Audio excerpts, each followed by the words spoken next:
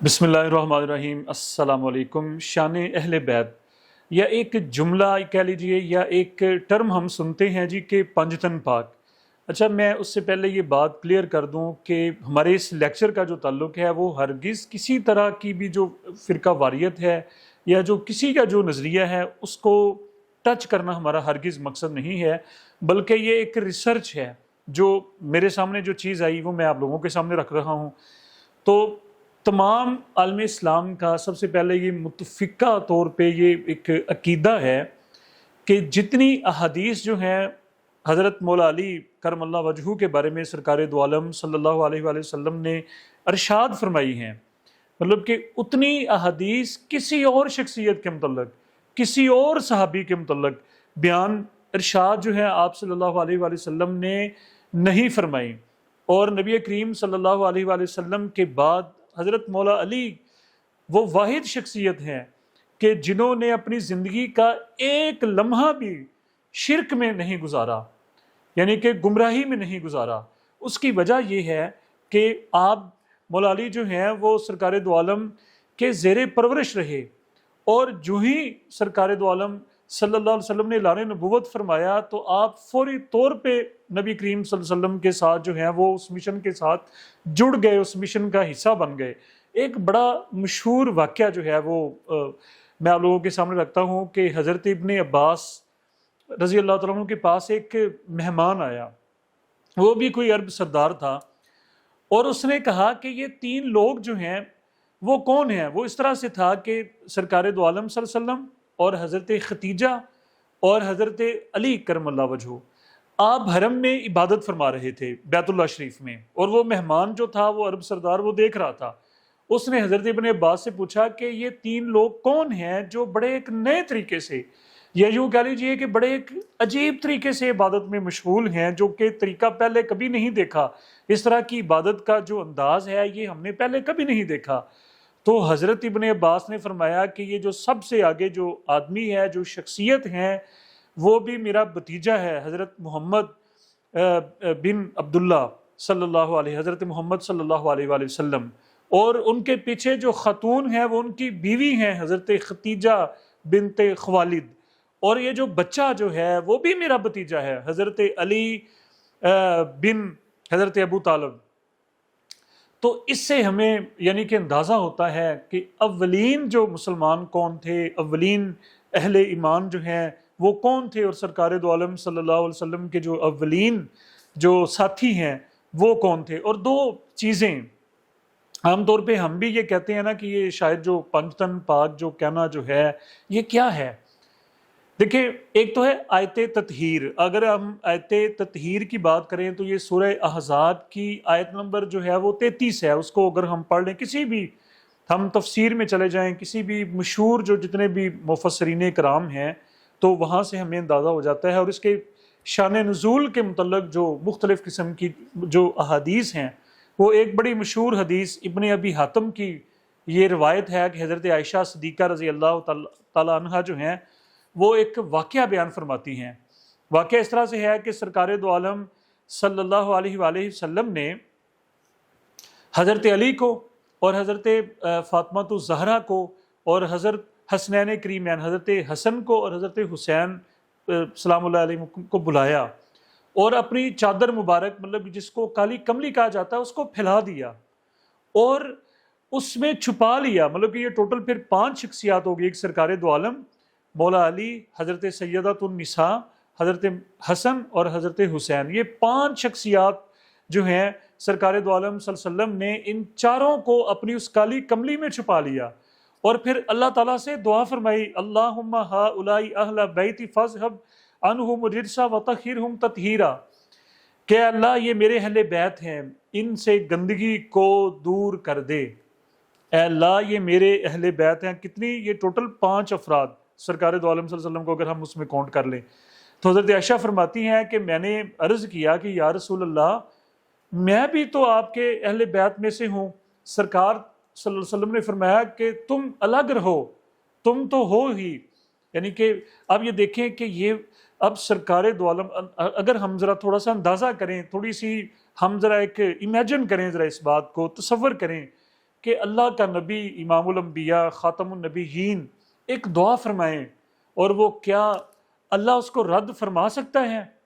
کیا وہ اللہ تعالیٰ کی بارگاہ میں وہ شرف قبولیت کو خدا نخواستہ اس میں کوئی ہمیں شک ہے؟ ہرگز نہیں۔ تو یہ 5 شخصیات یعنی کہ جن کو خاص طور پہ اللہ کے نبی صلی اللہ علیہ وآلہ وسلم نے اپنی چادر مبارک میں اپنی کالی کملی میں چھپایا اور ان کے لیے پھر دعا فرمائی،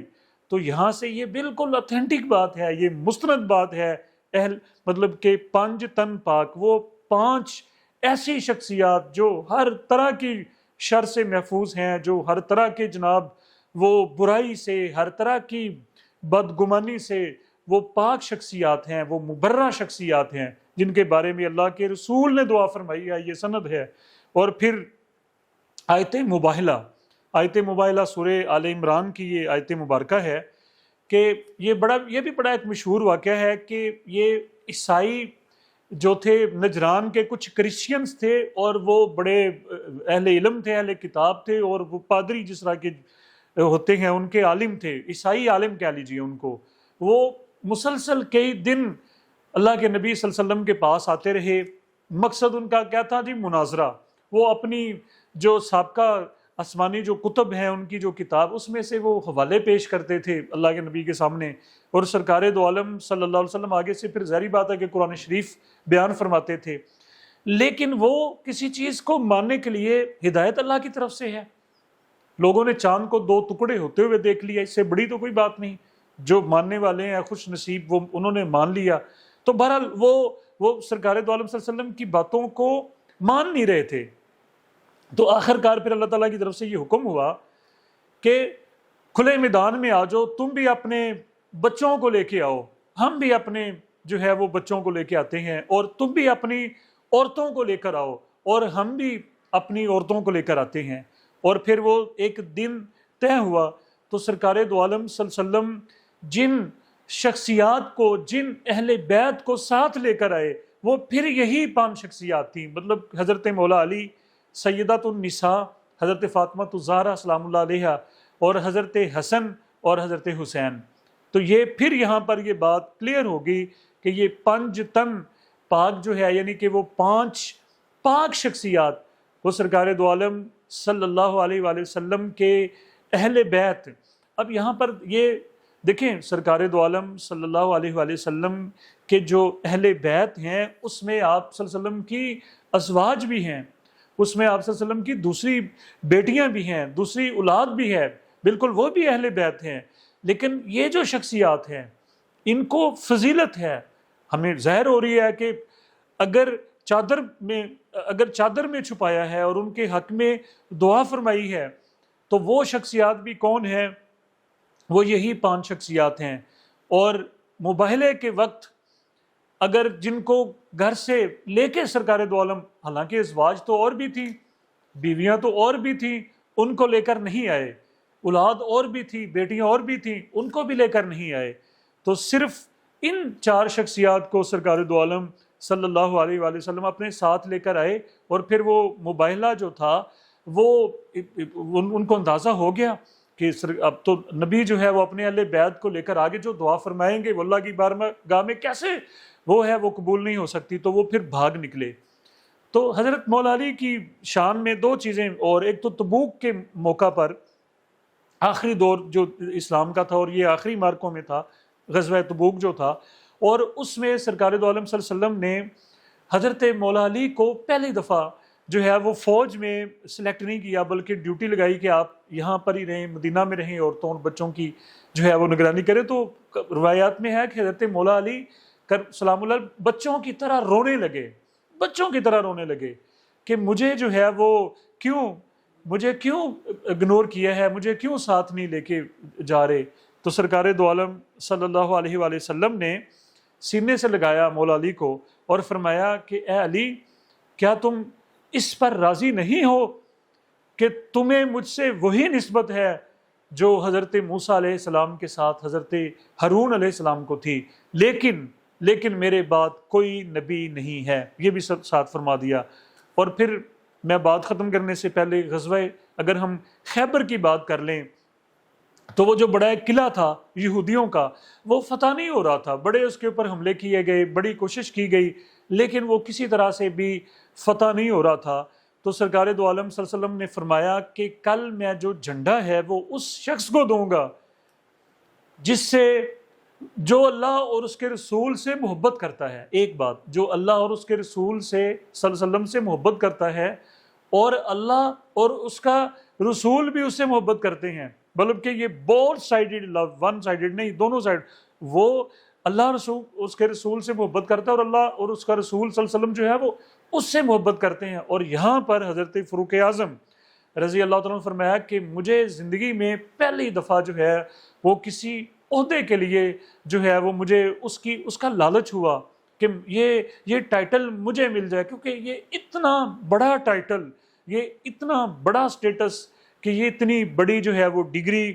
کہ جناب جس سے اللہ اور اس کا رسول جو ہے وہ محبت کرتے ہیں، وہ شخص ڈکلیئر ہونا تھا۔ تو رات کو سب صحابہ کرام جو تھے وہ دعائیں کرتے رہے، اللہ سے بھی مانگتے رہے کہ یہ کاش کل جو ہے وہ جھنڈا ہمیں مل جائے، مجھے مل جائے۔ تو حضرت فاروق اعظم کہتے ہیں کہ میں نے اللہ سے بھی مانگا اور مجھے یہ رشک تھا کہ وہ مجھے ملے، لیکن صبح حضرت سرکار دو عالم صلی اللہ علیہ وسلم نے فرمایا کہ علی کو بلائیں کہ مولا علی کدھر ہیں، ٹھیک ہے جی۔ اور حضرت مولا علی کو بلایا گیا تو آپ کی آنکھیں خراب تھیں، تو سرکار دو عالم صلی اللہ علیہ وسلم نے اپنا لعاب مبارک جو ہے وہ آنکھوں پر لگایا، اور پھر مولا علی کہتے ہیں مجھے زندگی میں کبھی آنکھوں کی تکلیف نہیں ہوئی، اور فرمایا کہ علی کو پھر مولا علی کو جو ہے وہ اسلام کا جھنڈا تھمایا، اسلام کا پرچم جو تھا ان کو عطا کیا، اور پھر جو ہے وہ حضرت مولا علی کرم اللہ وجہہ نے وہ قلعہ جو تھا یہودیوں سے وہ فتح کیا، اور وہ مرحب جو تھا اس کو واصل جہنم کیا۔ تو یہ حضرت مولا علی کی جو شان جو ہے، یہ شان جو اہل بیت کی جو شان جو ہے، تو بتانے کا رکھنے کا یہ مقصد ہے کہ سرکار دو عالم صلی اللہ علیہ وسلم کو بلا شک و شبہ جو ہے سب سے زیادہ جو عزیز شخصیت ہے، حالانکہ سارے صاحب حضرت کسی کی شان کم نہیں ہے، مطلب کہ حضرت علی کے مناقب، ان کے فضائل اور ان کی جو خصوصیات بیان کرنے کا مقصد جو ہے وہ سب صحابہ کرام کی شان جو ہے، سب اہل بیت کی شان جو ہے وہ اپنی اپنی جگہ پر ہے، سب ستارے ہیں، سب ستارے ہیں، ٹھیک ہے جی، سب ہمارے لیے جو ہیں وہ چاند اور سورج کی مانند ہیں، لیکن جو خصوصیت حضرت مولا علی کو حاصل ہے وہ شاید کسی اور کو حاصل نہیں ہے۔ اور جو آخری جو بات وہ یہ ہے کہ 5 تن پاک، یہ بات جو ہے یہ غلط نہیں ہے، بلکہ یہ اتھینٹک بات ہے، اور یہ احادیث کی روشنی میں اور قرآن پاک کی جو آیات مبارکہ جو ہیں ان کی تفسیر کی روشنی میں یہ کہنا بالکل درست ہے۔ تو مجھے اپنی دعاؤں میں یاد رکھیے گا۔ آپ لوگوں کا بہت شکریہ، جزاک اللہ۔